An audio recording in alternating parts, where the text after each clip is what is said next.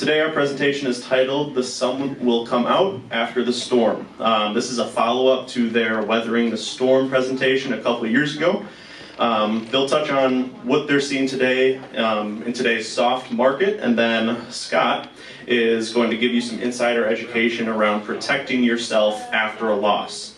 Before we get started on logistics, some of the introducers, they like to do fun facts, jokes, or whatnot. I'm a big sports guy, so I want to give you one fun fact and two trivia questions about our hometown Wisconsin teams. So, here's the fun fact first, about the Packers. In 1932, the Packers loaned $1,500 to the Bears, who were struggling to make payroll through the Great Depression. And the Bears never paid it back. So, technically, the Bears really do own the Packers. All right, now we're going to go on to the Bucks. I have a trivia question for you guys. What is the Milwaukee Bucks' longest winning streak? Any answers out there? The Milwaukee Bucks' longest game winning streak. 32. 32. 17. 17. Any other answers? Milwaukee Bucks' longest winning streak is 20 consecutive wins in 1971, the season that they would go on to win their first championship. And at the same time, that was a league record. That was short-lived, as the Los Angeles Lakers broke the record the next year at 33 wins, which is still the record, ironically ended by your Milwaukee Bucks. Finally, I have a Brewers trivia question for you. Who is the single-season home run leader for the Brewers all time? Again, who is the single-season home run leader for the Brewers all time? Gorman Thomas. Robin Yount, Gorman Thomas. Any other answers? Larry Heisel. The answer is Prince Fielder. If anyone can guess the exact home run count, I'll give you $5. Any answers? The exact home run count? 43. 33? 43. 43? 51. 51? Who said 50? The answer is 50. 50 home runs. All right. Now that the fun is over, let's get into more fun with our insurance team. Without further ado, I'm going to pass it over to the insurance team for their introductions. Thank you. All right, thanks, Cade. Appreciate that. And yes, we're here to enlighten you with some insurance knowledge. But before we do that, I want to introduce you to our team here at Client First. It's a team of three, and we're going to tell you a little bit about what's going on in our lives. My name is Eric, and we have Jessica, and we have Ethan over here. And we're going to share some things for you. So, and then after that, we'll go into a little bit of our market update and things like that. And then we have Scott here to present today from Fire Recovery. So, a little bit about myself. I've been with Client First for going on 4 years now, and this is all of my family. And I'll start on the top left there. So my wife and my daughter. This is from last year when my daughter got her esthetician, or graduated. She's becoming an esthetician. It's like skincare. If you don't know what that is, I had to learn more about that. And then that's her in the bottom. And then my son Sam just caught his first bass of the season here, and finishing up track season this weekend. And then on the bottom here, we were at a Packers game last year in preseason. That's why we're not bundled up. In the middle, my wife Jen and I. This was Florida last year in December. We went to St. Augustine and then visited my parents, who just moved down there full time. And then we have the newest addition to our family. It's our grandson, Everest. So my daughter Jacqueline here on the far right, I think last year I was showing you a picture. She graduated from college, and then her and her husband actually both graduated. They bought a house last year, and then Everest was born in October. So I got some pictures of us there, and of course the Sam being an uncle, and Ellie, my daughter Elizabeth, she's a proud aunt now, and we miss them every day. They live down in Tennessee. So, but that's a little bit about me. I'm gonna pass it off here to Ethan. Okay. Yep. My name is Ethan, and just finished up my first full year of full time here, so that's been fun. And just for some pictures, I'll start here. Made it to one of the opening Brewer games this year, and it did end up being a win. So happy, hopeful for the rest of the year, but good to enjoy that one with some friends. Up here, we did a family Dells trip in December, so that was nice to enjoy the Dells with my family and have some good fun there. And then on the bottom, we had a also family snowboarding trip in Heavenly, California. So that was fun to kind of enjoy the weather there and get out snowboarding. And then this picture was the start of my summer of wedding season. That was the first wedding I was at with my girlfriend Kate for my friend Devin of 4 upcoming for this year. So yeah, exciting to have the first one down and many to go. And then I'll pass it to Jessica. Hi, I'm Jessica. I've been with Client First for 3 years. And yeah, it's been fun. So thanks for coming. I'll make this really quick. We have a very large family. My husband is Paul. My son and my daughter-in-law are going to have their first baby, so we're going to be grandparents this year, so that's very exciting. I forgot to put in there that my other daughter, Stella, is just got engaged, and so her and her fiance are going to get married next summer. Unfortunately, my father died this actually Christmas Eve, and it's been a really hard journey, but we're just thankful he's where he needs to be in heaven. So this is my whole family, and it was just a wonderful, weddings and funerals, reunions. They're special, but they're hard, bittersweet. And then Paul and I did a couple trips this year, and yeah, that's it. That's it for me. We have a lot to cover, so I'll hand it over. Yeah, and this is our teams. A lot of you who work with our agency get to talk to us throughout the year, so we appreciate you coming today. So again, our topic today is called "The Sun Will Come Out Tomorrow." After the storm, we're following up from a couple years ago when we were weathering the storm in insurance. By that, a lot of things going on that were affecting our agency and you out there that have insurance policies. So, we're going to touch on the brief market insurance update. We're going to give you a little overview of how we fit in your financial plan, and then Scott here is going to talk about how to protect yourself after a loss. So we'll get into that.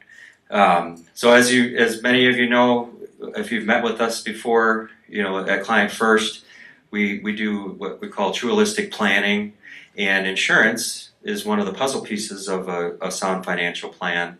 Having the proper protection is vital to keeping your goals on track in case the unexpected happens. So we're here to help you, understand your insurance and plan for the future. I always tell our clients, we're here to simplify your insurance, help you understand what you're paying for, because it can be complex and there's a lot of changes. So having someone you can go through that with is helpful. Our agency was started, back when Client First started, and we're really here to provide you with that expertise and service. We're what's called an independent agency, so that just means that we're not beholden to one insurance company. We work with many different insurance companies, so this gives us a unique perspective on what's happening on the market. It gives us tools to help our clients when it comes to their costs or certain coverages and policies that they need. We just have more options available in this type of format. So that's a little bit about our agency. And then if you haven't worked with us before, we have a process. You can just schedule an appointment with us where we'll do what's called a true policy review, essentially just going through, helping you, navigate what you have, and then we can present options, or suggestions to maybe improve things, and we do that at no charge. So on to the market update. So this is just a brief update and to give you a feel of what we're seeing right now when it comes to the insurance market. Okay, so if we look back, right now we're moving from crisis mode over the last couple of years to more of a cautious stabilization in the market. So, weathering the storm was a couple of years ago where there's a lot of stuff going on. You were getting renewals where there were significant rate increases, things like forced deductibles on your home policy, higher wind and hail deductibles, a lot of coverage revisions that you'd see that were potentially affecting how your claims were paid out, things like roof schedules or exclusions like cosmetic damage. So, and these changes happen, every year when you get your renewal, you'll see things they may have updated on the policy, but there were, several hard-hitting things going on over the last couple of years that, besides your costs going up, you were seeing deterioration in some areas. So, that was something that we had to navigate. And then on top of that, there were tighter guidelines. Oftentimes your rates go up, you want to see what else is out there, and the tight guidelines or underwriting restrictions would maybe prevent us from helping a client move to a new carrier, or even with your existing carrier, some of the tighter guidelines would cause some issues, or in some cases non-renewals. And then an overall low appetite for new business. So that it means, insurance companies are always, trying to keep their existing clients, but also gain more. And when their appetite for gaining more customers goes down, that tells us, that's not always fun because you can't, place a lot of business with them. And they can't go on for too long, but that's what we were finding over the last couple of years. Coming into, I would say, with about at least a year now, maybe a little bit more than that, but we're in what's called a soft market. So this is a more competitive environment for insurance companies. We've gotten through some of those things that I mentioned from the past years. They haven't been putting on the moderate renewal increases, and this is a general statement. This is, everybody's situation is going to be different, but overall, we're starting to see some of those significant rate increases lessen. So, although we'll still see rate increases, oftentimes, we're not seeing some of the significant ones that we were. There's less changes like the forced deductibles or coverage revisions. A lot of that's kind of settled. They're not piling on more at this point, which is a good thing. That's part of what helped stabilize things. And a lot of this is around the property insurance, but even, with the auto too, they're not making a lot of changes like they were. Loosened guidelines and underwriting restrictions. So, for example, some companies were really being strict on ages of roof, or, how many claims someone could have before they got dropped, or what type of things they would accept. They're starting to loosen that up a little bit. Frankly, 2-3 years ago, there were no exceptions to the rule. You could present a case of a client's situation to an insurance company and they go, just read the script and say no. Now there's a little bit more willingness to consider things or be open-minded, so that's helpful when we're working through individual situations.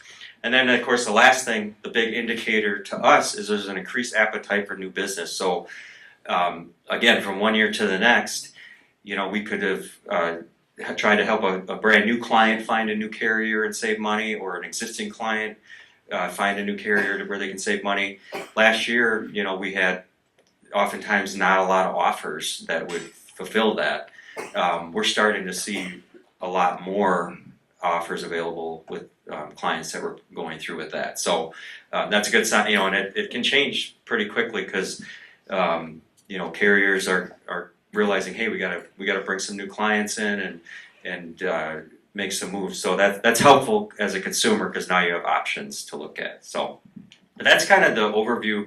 You know, that's the sun coming out. You know, we had some tough times where we didn't have a lot of options, and now we're starting to have some options and flexibility again, so we can breathe a little bit and help our clients. So with that, I'm going to turn it over to Scott here. Let me introduce him first. So Scott is he brings nearly 2 decades of experience in restoration, remodeling, and home building. Beginning his career in 2007. In 2011, he founded Fire Recovery, which is a Cedarburg-based restoration company that now serves 7 counties across southeastern Wisconsin. He's also an expert estimator for insurance companies, so he does that, partners with insurance companies, families, and businesses, delivering guidance and accurate assessments across 5 different states. So after, you know, like a fire, for instance, he might be going out there and assessing the damage and putting together an estimate of what that damage is going to cost and need to be paid out. So a lot of great insight and experience. We met with Scott a few weeks back, and he's got a lot of great knowledge. He's going to give you just a kind of tip of the iceberg, I think. Really excited to have him here. So if everyone can give a good round of applause for Scott.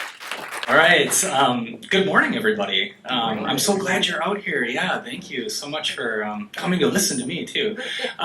So yeah, as Eric was saying, I have 19 years of restoration experience, and what I'm going to share with you today are strategies on how to protect yourself immediately after a loss. And I'm going to talk about 3 specific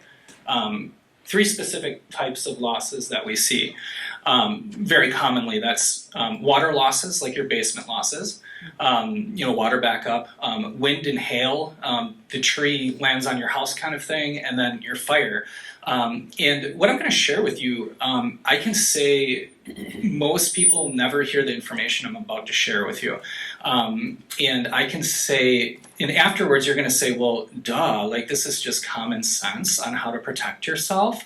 But I can say 9 out of 10 families don't do the things I'm about to tell you, and it really does impact the insurance claim process and also your repair process.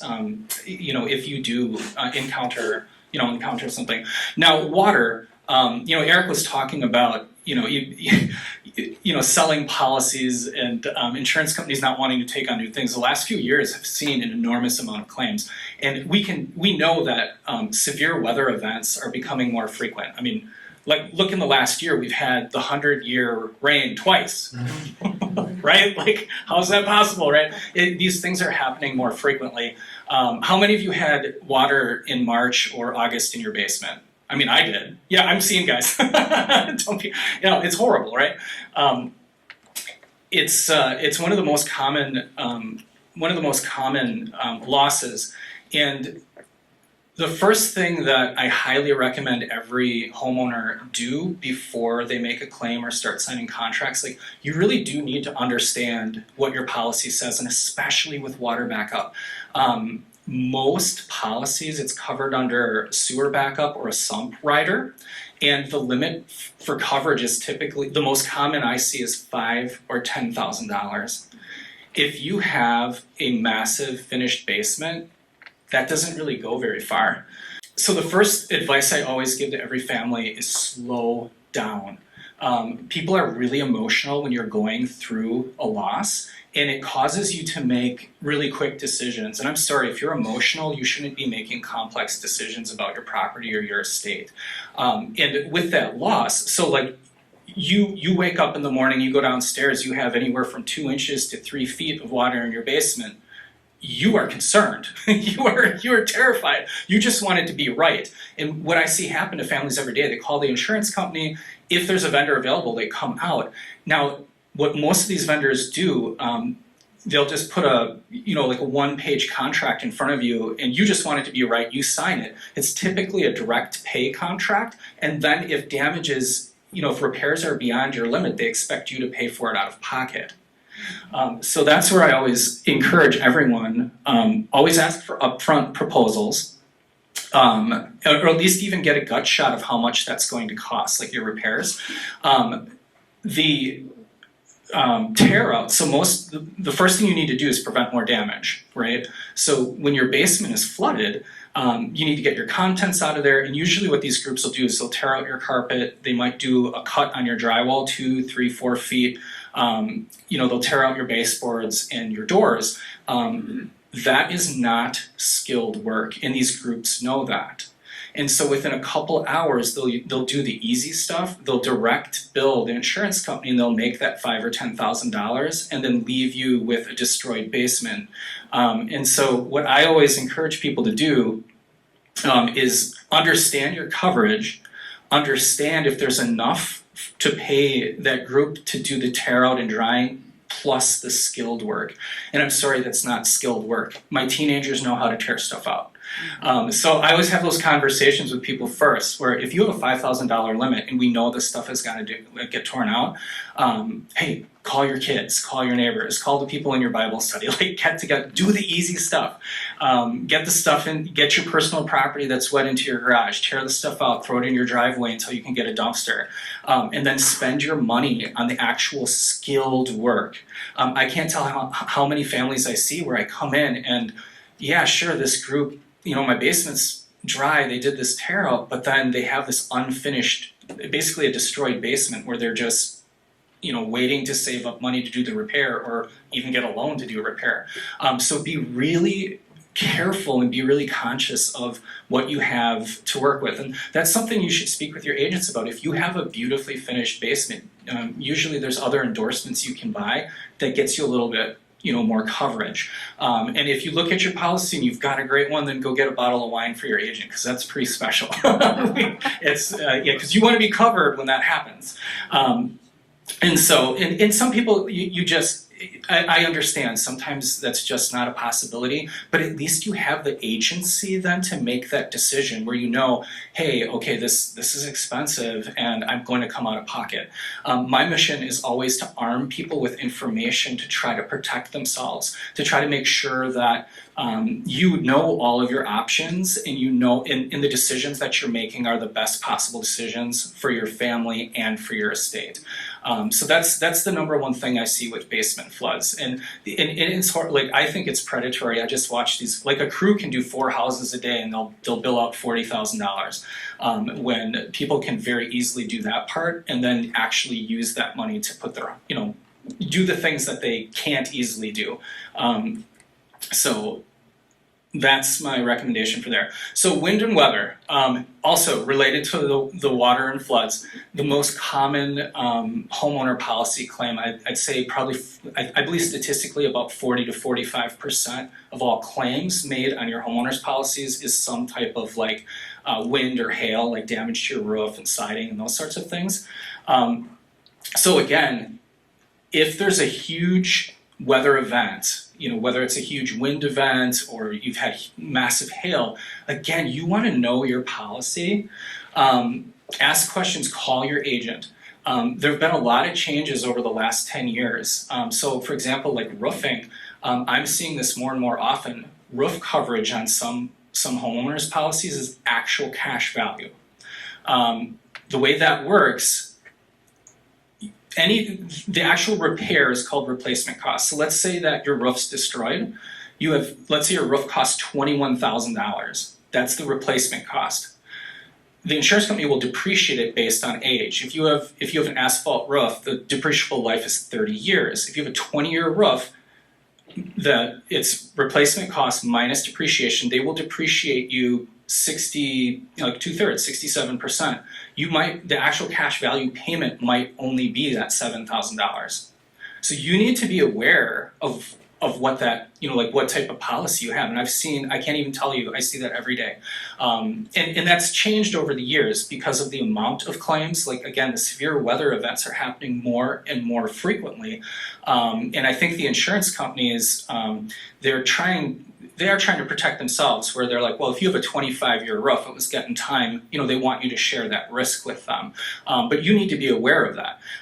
Where that can hurt you is if you don't have the actual funds. Let's say it's hail damage, it's still keeping the water out, but if you're given $7,000 and you can't replace that roof, What happens next year when the wind takes off the roof you didn't replace and it rains in your house? You will be denied. Your interior damage will be denied. I've seen that as well. So you can trap yourself in a situation where, like, sure, you got the payout, but you weren't in a position to do the repair. So again, you want to be really, really thoughtful. Like, you need to know the whole, like the surrounding, like what situation are you in, so you make a good decision.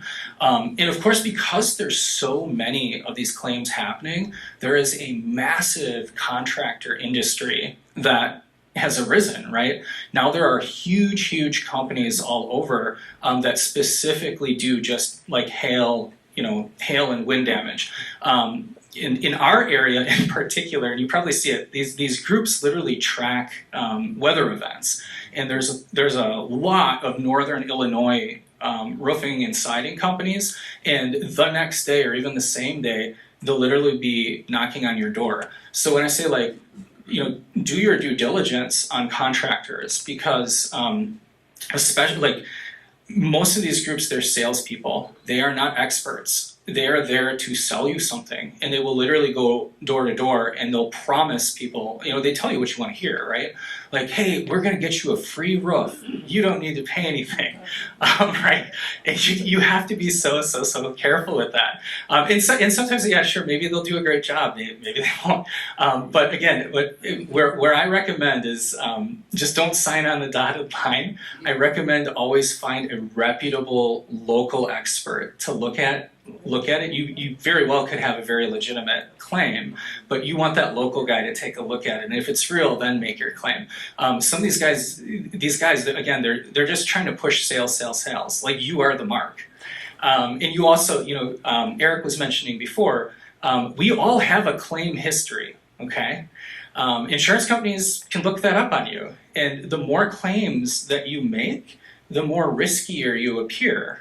And I've seen that where people make back-to-back claims, and some are legitimate, and sometimes it sounds good if someone knocks on your door and your roof is 25 years old and they're telling you you're going to get a free roof. I mean, that sounds pretty good, right? So people get trapped with that, but all of a sudden their premiums go through the roof. And I've seen some families where just bad luck, they replaced a roof a year before, had a fire, and then the kid got into a car accident. All of a sudden you're not insurable.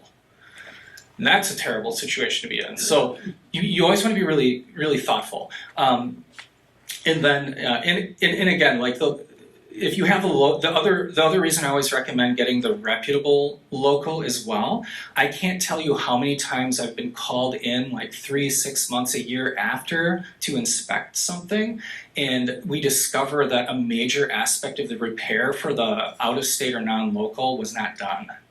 And all of a sudden, they're, here today, gone tomorrow, that you can't get them back to do the repair. I've seen things where they were supposed to redeck the roof before, putting the shingles on. No decking, like they didn't redeck it. And all of a sudden, they're, squares of shingles are blowing off, in later windstorms. And so that's the other reason I always recommend, like, you always want to slow things down. You want to be able to understand your situation, understand your policy. Never sign contracts until you have a full proposal that has been approved by the insurance company, but also that you understand it. Because otherwise you don't know what you're getting. They don't really know what they're giving, and you don't know if you're covered or not. And I've seen that too. I've seen guys just plow away, and all of a sudden there's a coverage issue. You're not covered, and all of a sudden they turn around to you and they're demanding payment. And that can be, you never want to be in that situation. Things to look for. So when you're looking, especially with like wind and weather and hail and things like this, there are clear signs. So for example, if I'm doing an inspection and going up, usually the first thing, the most obvious thing I look at is metal, right? I'm looking at your gutters, I'm looking at the metal valley, I'm looking at your chimney cap and your roof vents.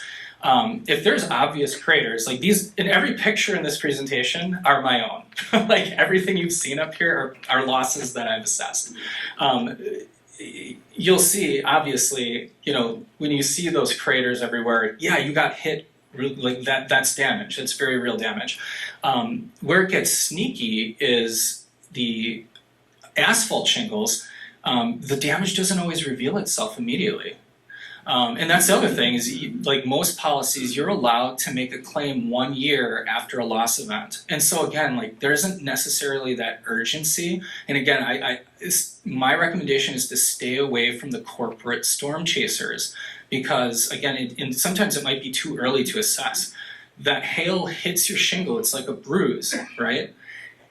Then over the next few months as it rains, it erodes that impact site away and it reveals the crater over time. And so there's things to watch for, like you want to keep your eye on it. If you saw like, 1 inch hail and you have someone assess it, it's like, oh, it looks pretty good, like no issues. You want to look at it again in 3 or 4 months just to be sure. Because all of a sudden you might be seeing those craters appear. And there's other things to watch for too. When it's damaged, that top surface will erode away, that granule surface. Check your gutters. If your gutters were perfectly clear and in 2 months all of a sudden you have like a 1/4 inch or 3/8 of an inch of asphalt sand from your shingles inside there, you likely have some serious damage. And so you want to be careful. Like you don't want to make a claim just because someone tells you they can get you a free roof, but you also want to be discerning so that when you really do have a serious problem that you're actually, you are utilizing that. Hope that makes sense. And same with siding. Typically you'll see similar damage. You'll see chips, you'll see cracking, you'll see denting. Same with on windows. You look at the sashes, the trim, the brick molding of your doors. All these sorts of things. If you begin seeing, if you see chips and impacts, that's where you seriously will, you want to make a claim. And again, I cannot emphasize this enough. Do not sign open-ended contracts.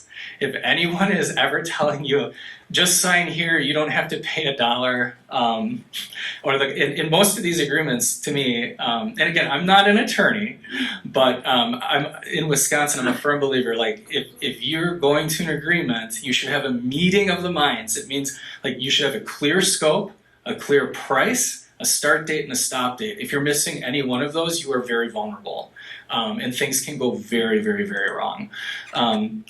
So finally, fire. This in particular, I'd say probably 80% of my time is consumed working on fires for families and insurance companies. And this is really key here. Again, I tell this to every family, and it sounds trite. Hurry up and wait. Do not make decisions right away. I think fires compared to water and wind are very, very emotional. You're literally standing outside in some instances watching all your memories burn up. And I would say, and this is my opinion, I was a social worker in another lifetime. And supporting people with like really difficult problems, I would compare the emotional distress a family goes through like in a home fire to the same emotions that we go through when we experience death or divorce. It is absolutely traumatizing. And I firmly believe, and again, this is my opinion, you guys do what you want when you're out there, but I really do not think anyone should ever sign any kind of contract, repair contract, even for the first 2 weeks, first month. You are not thinking rationally. Like when you're in these situations, you just want it to be right? Like you're looking at this, it's not going to be magically right immediately. And the projects that go the best, the claims process that go the best are the people that wait, that take the time to understand all their options and make sure that your claim is settled, you know what the approved scope of work is. That's when you decide if you want to repair or not, and that's when you should go to contracting. Because then you know what you're getting, the contractor knows what they're giving. And also the project's going to move a lot more quickly overall, right? Because there's a clear plan. So please, like, recognize that you're not in an emotional framework to be making complex decisions about your estate. And I'd say almost every complex claim that I get called in a lot, and again, it's often later, 3 months, 6 months, even sometimes over a year, where these projects have completely gone off the rails. Almost in every instance, it's because decisions were made literally while they were watching their house burn. They signed agreements and work was done that maybe shouldn't have been done, or work was done that took other options off the table. And all of a sudden the family finds themselves trapped in some way, and you have to get a creative solution, to get them home.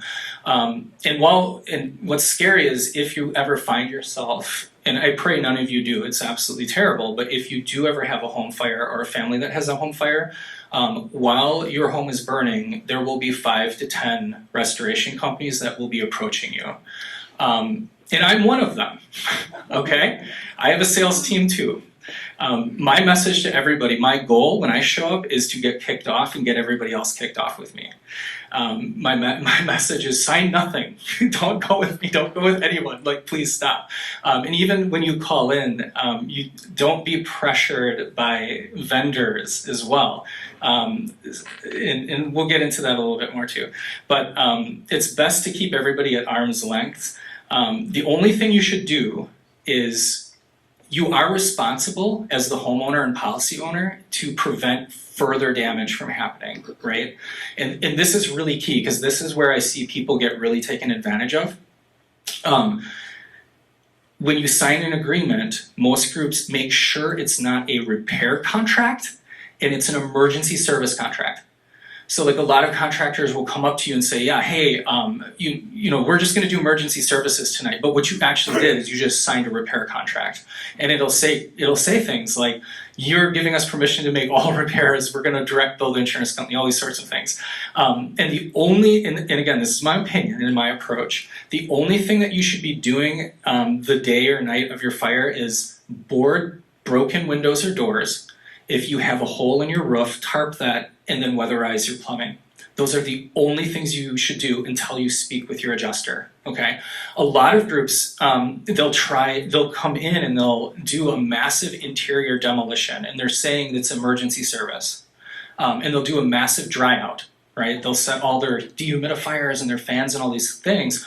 In my opinion, 9 out of 10 fires, you do not need to dry out, right? The fire department just dumped 20,000, 30,000 gallons of water on your house. You're not saving anything. It's gonna get torn out anyways. And so I always try, the only time that I recommend dry out is if I truly believe I can save that wood floor. I can truly, truly believe I'm saving your drywall.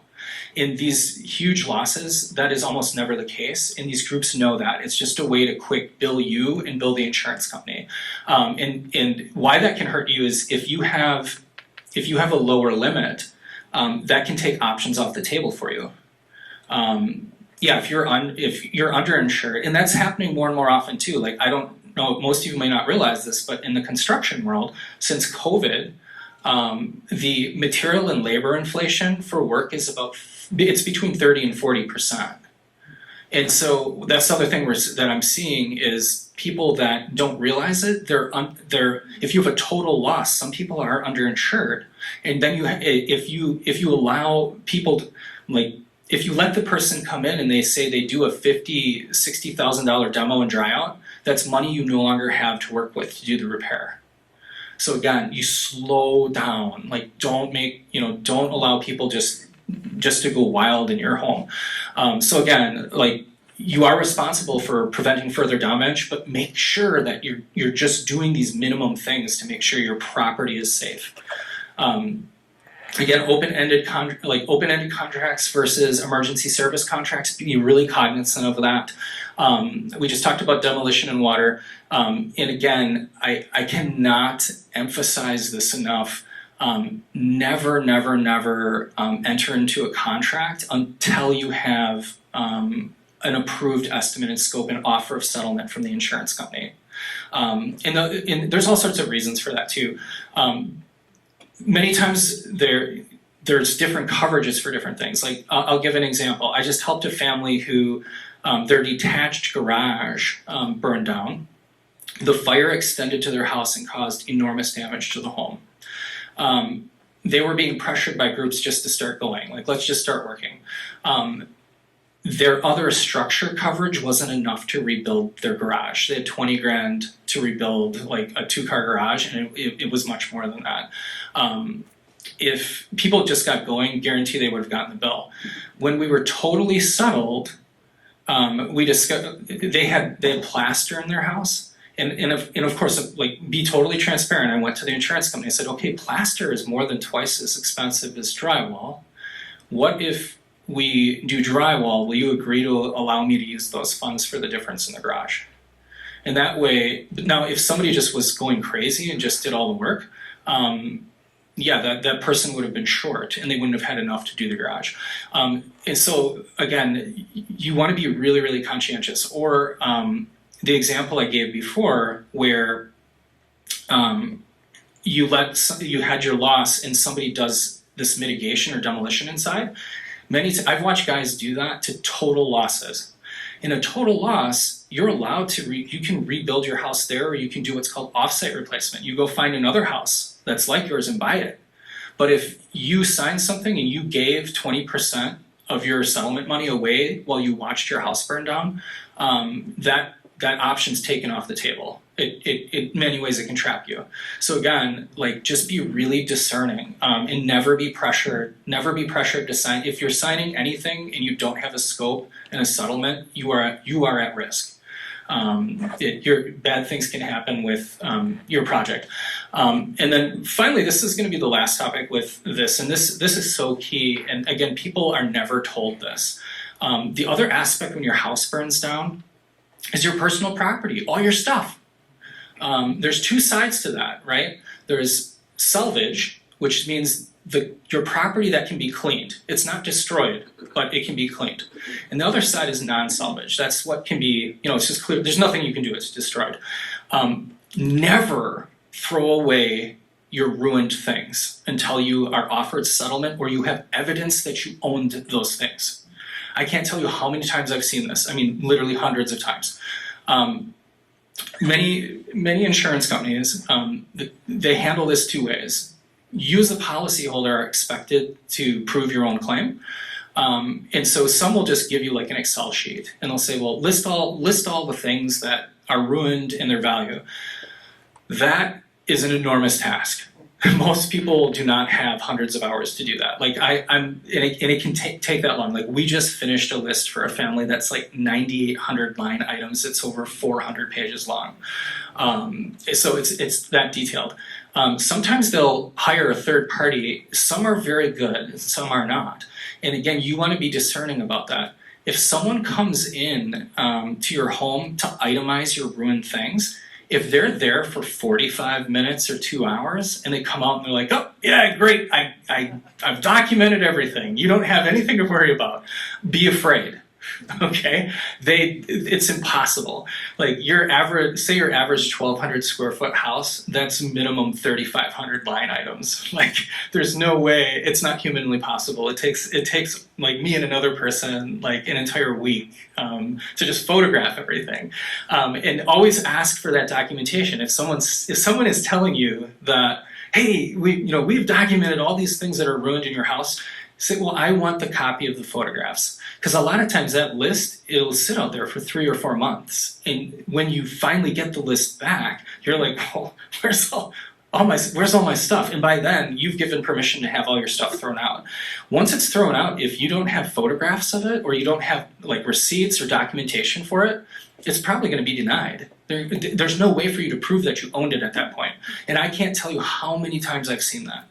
And so again, slow things down. Make sure that you have that documentation. Make sure that you take those photographs. And one way to protect yourselves against this might be a little crazy, but and it's funny. My dad was an adjuster for 47 years, and he does this, and he's amazing, man. As you get things, keep your own list. Keep it in a fire safe. Document it. As goofy as it sounds, if you ever have a loss, then it's almost like a store inventory. Then you know what you had in its value. And then finally, this is so key. So the salvage side is where I see people get taken advantage of a lot. That's the pack out. So most vendors and most groups, when they show up, they'll tell you, hey, let's say that half of your house is ruined and half of it can be cleaned. Before you give permission to have your things packed out and clean, always get a price for it up front and get approval for it. Okay, most groups, most families never know. They're never told. Someone like me will show up, contractor, and they'll say, hey, just sign this. You won't have to pay $1. I'm gonna pack out your house. I'm gonna take your things to my warehouse. I'm gonna clean them. I'm gonna deodorize them. And then I'm gonna repackage them and store them. And I'm gonna bring it back when your house is ready. What they don't tell you is that $60,000 that might cost $60,000. Okay, why that's bad is, and this is usually done in the first 72 hours of your loss. So like again, you're emotionally distraught. You're just looking at your house and you just want it to be right. That sounds like a good deal, doesn't it? Like, oh, I don't have to pay anything and you're gonna clean all my stuff, so you just sign on the line. Why that's bad is that's direct billed. Let's say that you have a $100,000 personal property limit. Well, that salvage bill will be paid first, and it'll probably be paid in the first 2 weeks after your loss to that contractor, and you'll never know. Then in 4 or 5 months, when you're getting your non-salvage list, all of a sudden, you might have $80,000 in non-salvage, but you gave permission to somebody to clean all the stuff in your basement and attic that you couldn't sell at last week's rummage sale. Or like, why would you clean a suit that you like? Why would I clean a suit I haven't fit in 10 years, right? But now I want to buy a dinner table, but I spent my money on cleaning the suit that I can't fit in. And so that's where like you need to really, and no homeowner has ever told this. And that's where I always encourage people, like, slow down, really be discerning, and then understand the whole the whole battlefield, if you will. And what's kind of sad is, this content pack out and cleaning that is so profitable for companies within the insurance industry. And they don't want you to know how much that costs. A lot of groups, when you ask, they will not tell you, or they'll say something like, well, it's time and material, there's no way for me to know. If you hear those words, you know who you're dealing with. They know how much that costs, they just don't want you to know. And so, and someone can always give, like in every adjuster that goes on a claim too, they set what's called a reserve. And that's basically what they're doing, is they're telling their company, like, hey, I think this is how bad this can be. Like, set this amount aside. This might be how much we have to pay out. Contractors can do that too. And there's no reason why they shouldn't tell you, hey, if I do this pack out, it's probably going to be $50,000, and and I can do a more detailed estimate for you. But that way, you at least know, like, you're just not blindly agreeing to something. Like, then you have agency to actually make a good decision. And I've seen that so many times where, like, I come in after the fact and someone, like, they get all this weird stuff back from their basement they honestly meant to throw out. Like, oh, I got like that Christmas tree back that I should have thrown out 20 years ago, but man, now I don't have money to buy my like living room furniture. And so again, just be really, really selective about what you do. So recap, this is so key. So just again, take a deep breath. The hail loss is usually not so much. I see the emotional distress when people's basements are flooding. The fire, it's horrible. But if you're emotionally distressed, just take a step back and take a breath. Like, you really, really should not like be signing contracts if you're just not thinking clearly. So slow down. Understand your policy. Again, that's where I see people, when you just agree to stuff, when guys show up, that's where I find people getting stuck. They lose options. They end up having to pay out of pocket. In some instances, I've met some people that that have actually lost their homes because people, so much was unnecessarily done. They didn't have enough to do the repair. Always do your due diligence, and again, only sign contracts once you have an approved settlement and scope of work. It's the only way you know for sure what you're getting, and the only way that the contractor knows for sure what they're giving you. If you do those things, you'll have a very positive claim experience and a really positive repair experience. So yeah, with that, and certainly this is my contact information. I'm really passionate about this stuff, and so if any of you ever want to like reach out, or and people pick my brain every day too, I'm more than happy to connect with anybody. If you ever have questions, or you have planning and strategy and all these sorts of things, I just really love helping people. So yeah, thank you again for having me. All right, thank you, Scott. Great information. We're really happy that we could have him here today. And we do have some time for questions. So this can be for Scott or for our insurance team. But just want to see, does anybody have any questions? We're going to be up here a little bit afterwards as well. But yes, What about trees? trees? Yeah, trees. What about Yeah, trees? Okay, good question. Okay, so trees are interesting. Typically, it's only paid if it actually hits your house. Also key. And so, and impacts are very complex. Okay, again, you want to take steps to prevent further damage. So of course, like pay to get the tree off the house, tarp, whatever you need to do. But always recommend a restoration expert or use sometimes an engineer to assess the damage because impact damage is really tricky. If it's a gigantic tree that hits, it can shift framing. It actually sends a shock wave through the house that won't stop until it hits something solid like a foundation. So as crazy as this sounds, the first place I check on a massive tree fall is a basement. I come in, I'm looking for joists that have shattered. Because oftentimes those things are missed because people are just looking at the damage up top, and there can be serious structural damage. The other thing too is the trees can cause something called racking, and racking is essentially where the structure and frame of your house has, because of the impact, has shifted or twisted. And that doesn't reveal itself right away. So what it does is it creates tension in other components of the house. And so all of a sudden it might be 3 months after the tree fall, and all of a sudden you see like nails popping out of your drywall, or you'll see cracking, or the tape lines on your drywall tearing. That means that your house racked, and that's a much trickier thing. Then you have to, usually I recommend like a structural engineer to come and assess. Trees are one of the most complicated, I think, just because of the structural component and how it can reveal damage over time. And again, I've seen that where people rush. Like they'll quick put the roof on, and then 6 months later they're looking around. They're like, well, why is every nail in this half of my house popped out of the drywall? It's because the framing shifted. Think of it. The comparison I like to give is, have you ever slept funny and you get like a kink in your neck but your wrist hurts? It's referring pain. The same thing is happening if you take an impact and your house racks. So and then trees, it's interesting. We see this like in fires, for example. Usually there's a limit per tree. And sometimes it is what it is. Like it's difficult to establish like a consistent, like it's so subjective, right?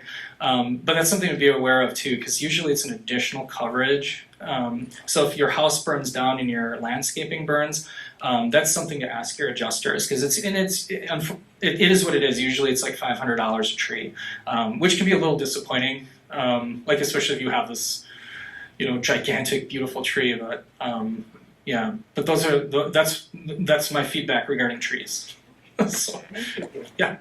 If my tree, my massive tree falls down and goes through my neighbor's house.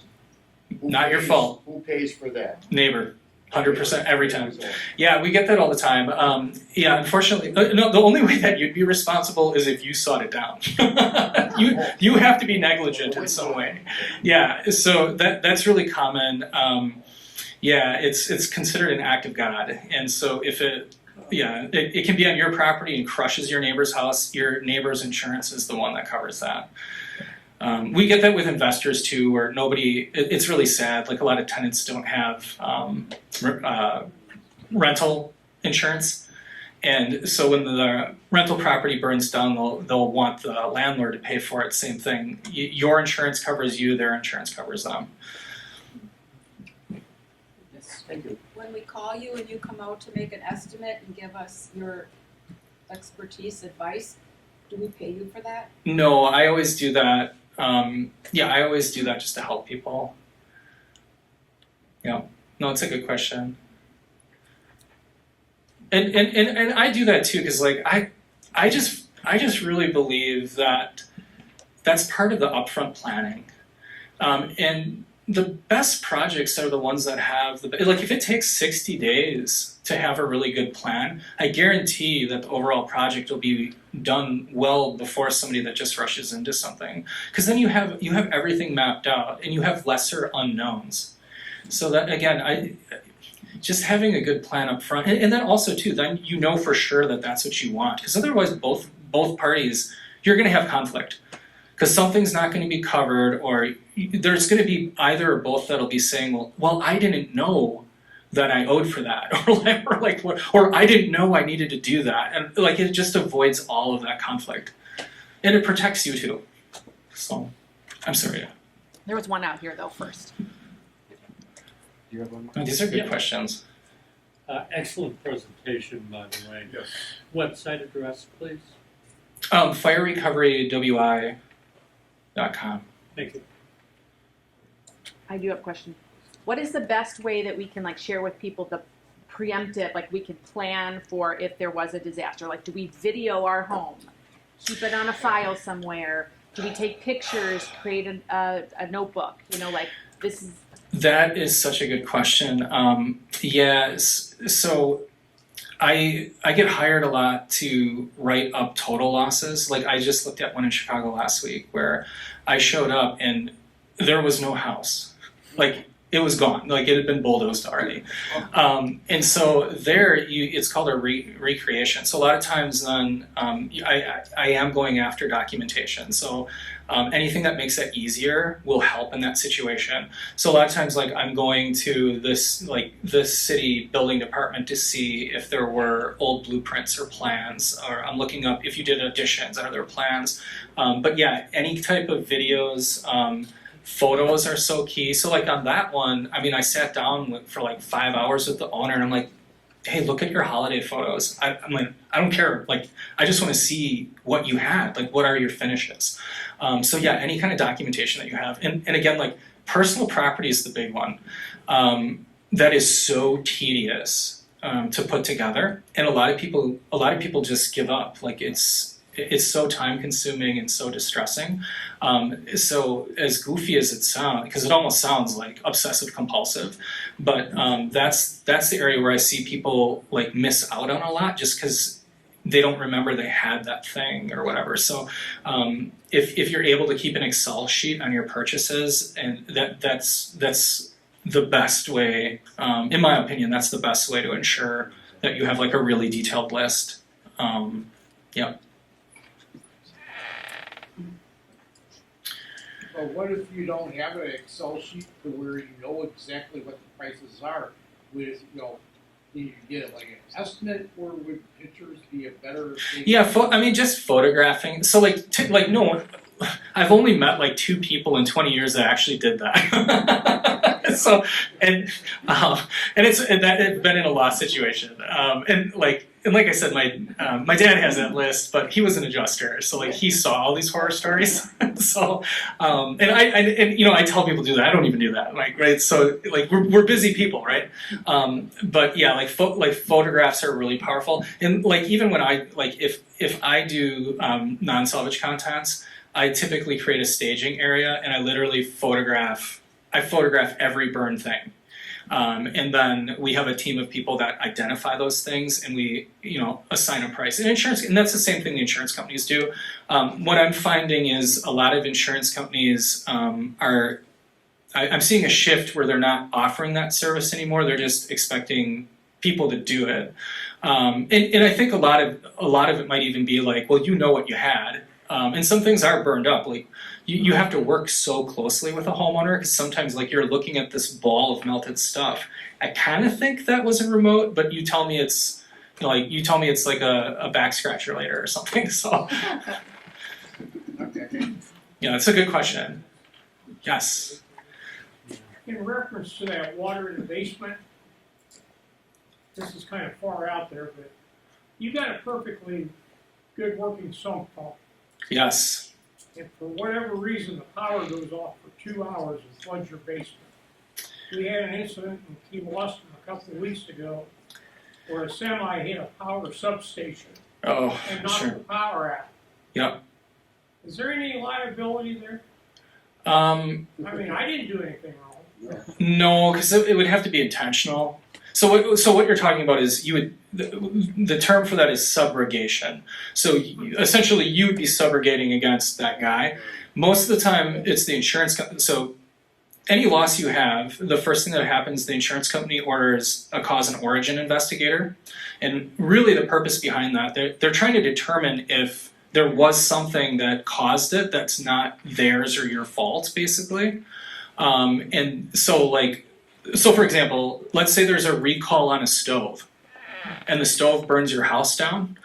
Your insurance company will pay for your damages, but behind the scenes, they will subrogate. They will make a claim against the stove manufacturer's insurance to reimburse themselves. And you can also then add to that. So for example, like if you didn't have enough coverage for the damages and things like that, you can join that subrogation to try to make yourself whole again. But usually there has to be, like, and I'm just going off of what I've seen. You have to prove that they willfully did it or were like willfully negligent. And so like I know it's super frustrating. It's the same thing like somebody, like I think you asked about the tree where you're like, man, this guy didn't prune this thing forever and it just crushed my car in my garage. You can't, you'd have to prove he was out there sawing it down. So, super frustrating. But yeah, good question. Awesome. All right, well, thank you guys very much. You're welcome. Yes, thanks for all the questions. We'll be up if you think of any more. And that concludes our part of the presentation. So we're going to have Kate come up and he's going to close us out. All right, thank you, Scott, and thank you, Eric. Just a few things before we let you guys go. One, client appreciation cookout. That's going to be on June 25th. I'm sure we're going to send out plenty of information on that upcoming cookout, but I know we're going to have better weather this year, so make sure you guys come out for some good food and good fun. So again, June 25th. Timing on everything, that'll also come out in the coming weeks here. Next thing, please provide your feedback. We love hearing about what you guys think of the presentations and everything, what you want to hear, what you don't want to hear. You can scan the QR code, go through the full questionnaire, give us your feedback. We always love hearing about it. Finally, we do the true holistic financial planning. We make financial planning make sense. So we take all of your different puzzle pieces that you come in, they're all over the place. We put them together into a nice, perfect financial plan for you guys, with home and auto insurance being one of those. If you have people out there that might benefit from that, schedule that no fee consultation with our head of financial planning, Justin, to kind of go over that full financial plan and see if that would be a good fit there. You can always call our office, 262-335-1700, or give us an email at the email on the bottom there. I think that concludes the presentation for today. Thank you guys for coming out, and thank you to our insurance team.